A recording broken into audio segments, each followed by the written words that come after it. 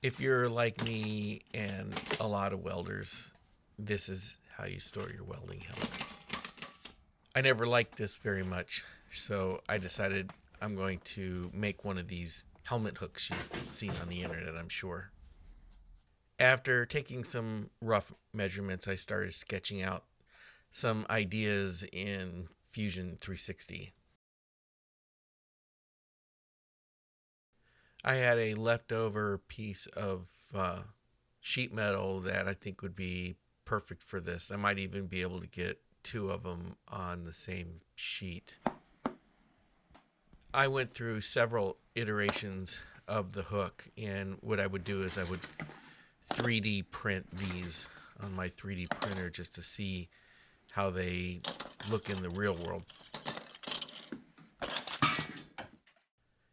After settling on this version, I mocked it up completely and 3D printed all of the components.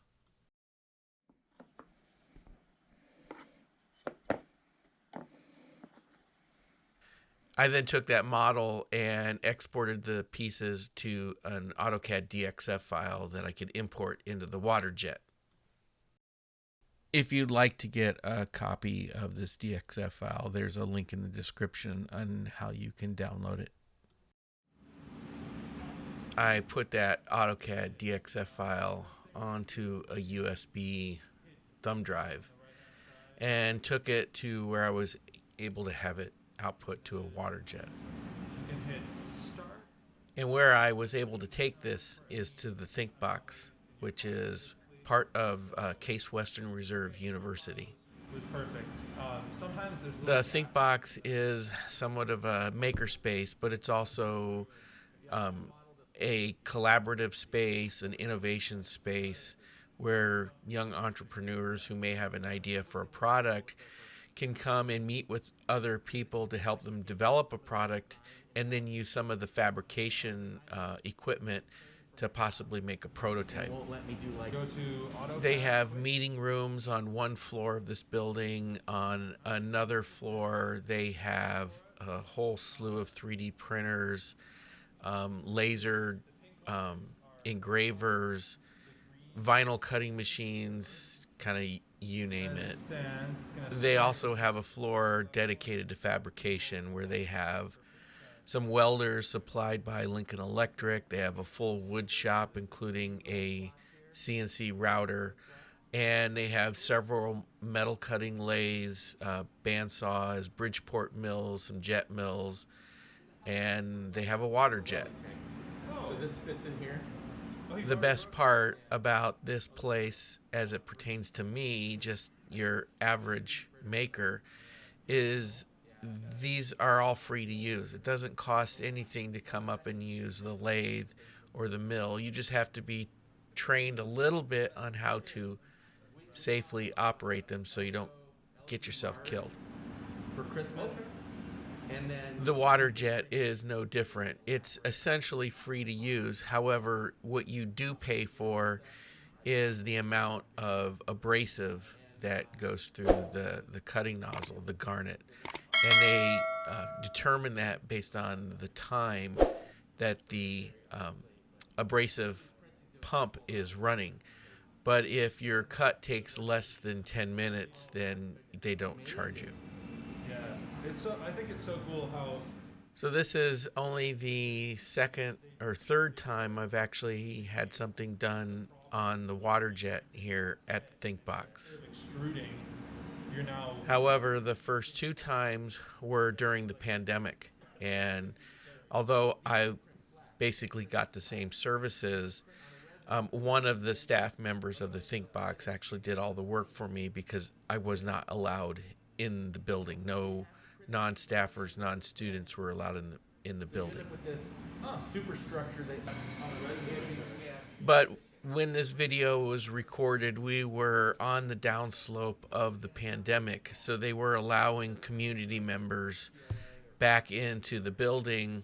We did have to wear a mask, but that was a small inconvenience. Let's try. So Since I had never done this on my own, just basically reading the guide that they provide online, I was being assisted by an engineering student by the name of Kolb. That quality already? And Kolb walked me through the entire process from start to finish, and even though he was very detailed in his instruction, there's so much to this that I won't remember the next time I need to go up there. maybe one there. So one of the first things that we did is we imported my DXF file. You can see it here on the screen. And we did a sample path of how the Waterjet was going to actually cut out my parts. Because we don't want these parts to fall down through the slats into the tank, one of the steps we need to take is to set tabs. These are parts of the cut that won't actually be cut. So it'll still hold these parts onto the primary sheet, and then I can just cut them off later with a Dremel. We also need to let the computer know what kind of material and how thick it is that we're trying to cut through. 1/8. Based on the hardness of the material and how thick it is, we'll determine just how much abrasive needs to run through the pump and how fast the cutting nozzle can move. So here we go. Mild steel 836 probably. I'm sure. Any particular spot or just Now that we have all of the cutting parameters set and the path defined, we need to clamp the stock down to the cutting table. Put it out just a little bit from Okay. the corners.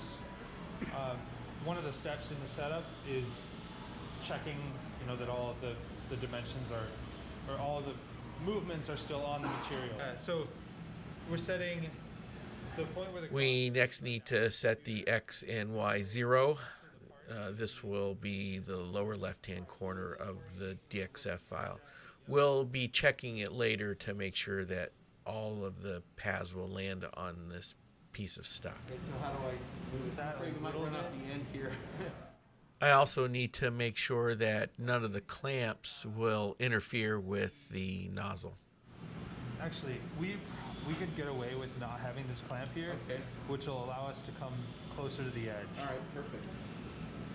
You can use one to bring it down close, and then Next, I have to set the Z height of the nozzle. I do that with this special gauge. I put that underneath the nozzle and then slowly lower the nozzle down until it's just barely able to move out of there, and that sets my Z0. okay, which gives us enough clearance to remove this guy. The next thing Kolb had me do was to deliberately move the nozzle to specific spots on the path.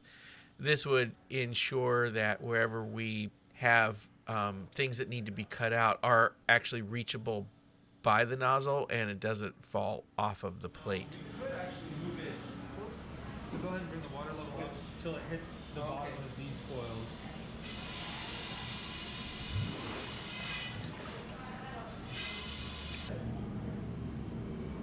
With the material now fully submerged, we can put the splash guards up and start the program. Just wanted to make sure that.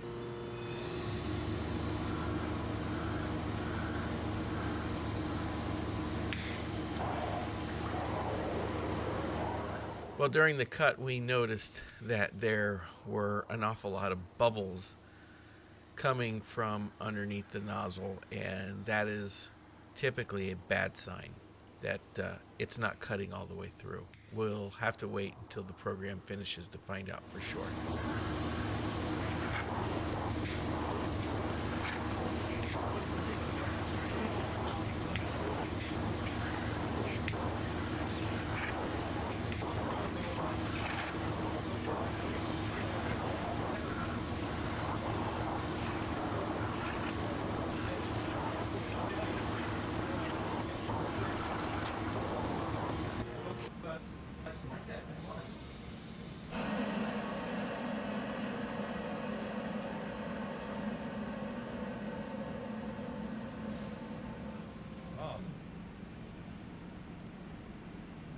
No, And sure enough, we can tell even by looking at it, but also by feeling the underside, that the cut didn't go all the way through. Look at it.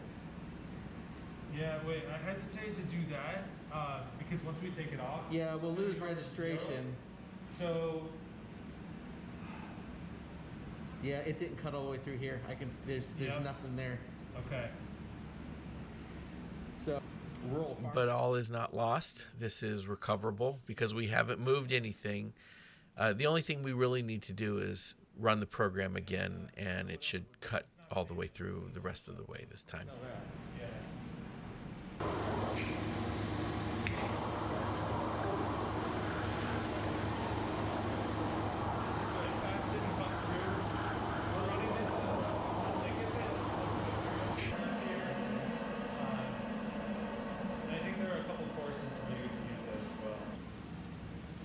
In this case, the second time was the charm. It's gonna work. And then I think what we can do is just flip it, and I'll run the second one. Since there was definitely room for a second set of parts, we just took the stock and rotated it 180 degrees. That allowed us to not have to change too much in the program. We could just reclamp it down and cut the second run.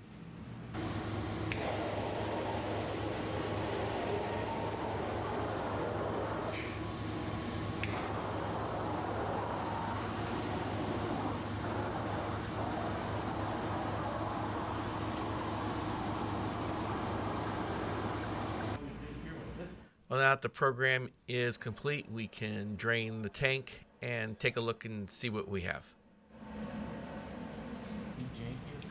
Well, a quick rinse to get the garnet off of it, and we'll unclamp it. We should be good to go. And I can take this back home and cut the tabs and weld it up. I can't say enough good things about ThinkBox and Case Western Reserve University, and especially Kolb, who was invaluable in guiding me through what I needed to do to get these parts cut out. I think they look great, and I think it's going to turn into a nifty project. Cool. Back home in the workshop now. Need to cut these pieces out of the main sheet. They're only held in with two small little tabs that are maybe a millimeter across. So I can easily cut those out with a Dremel with a cutoff disc.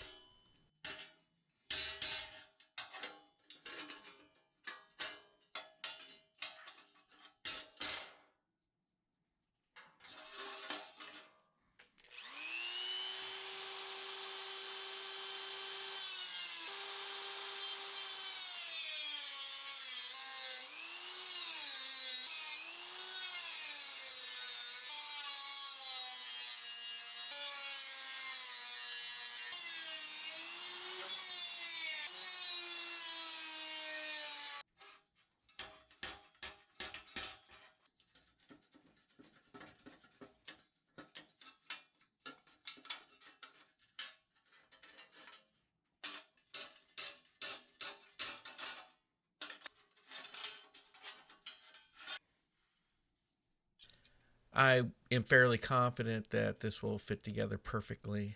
Designed it in Fusion 360 with some threshold between the slot and the tabs.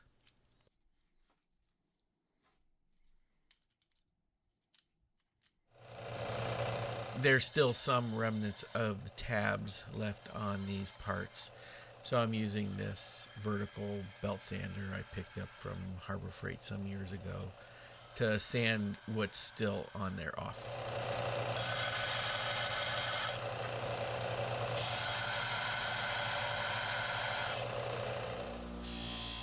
The Waterjet does an excellent job of cutting a square face on these parts.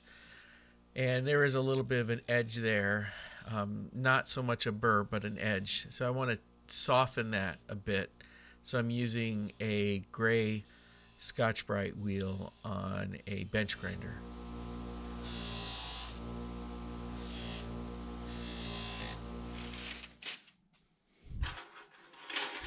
I'm not sure if I'm going to paint these, but I am thinking of TIG welding this together. So I want to make this material as clean as I possibly can. There's a few ways you can go about removing mill scale on hot rolled steel, and a way that I've done in the past that seems to work is to soak it in distilled white vinegar. And the reason why this white vinegar looks a little orange is because I've used this material before in getting the mill scale off of some other parts I had for a different project. I'll leave these to soak overnight. The next day. I am pretty pleased with how well this works. Yeah, I could have used, a flap disc on an angle die grinder or some other kind of abrasive, but I really find that this is, for small parts like this, it's really effortless. One thing the vinegar does do, however, is it has a tendency to promote flash rust pretty quickly. So I'll take a Scotch-Brite wheel here on my angle die grinder and just clean off the surfaces and any areas as best I can that are going to end up being welded.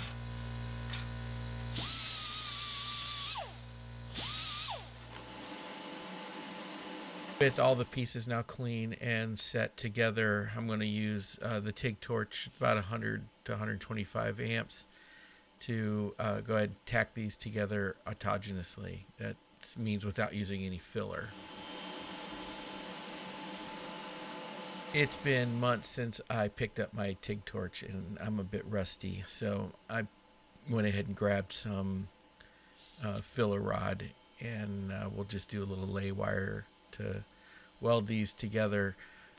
It's been months because I've had an empty tank of argon and just recently got it filled.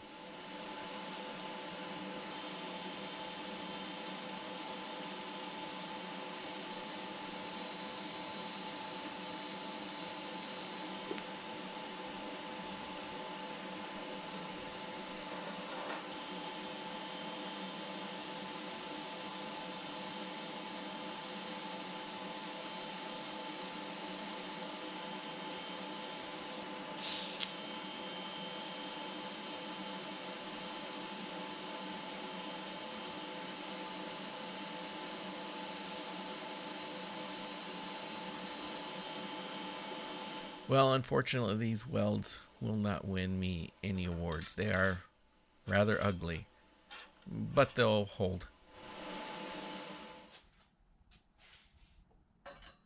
And now these just slide around the valve and sit on top of the tank.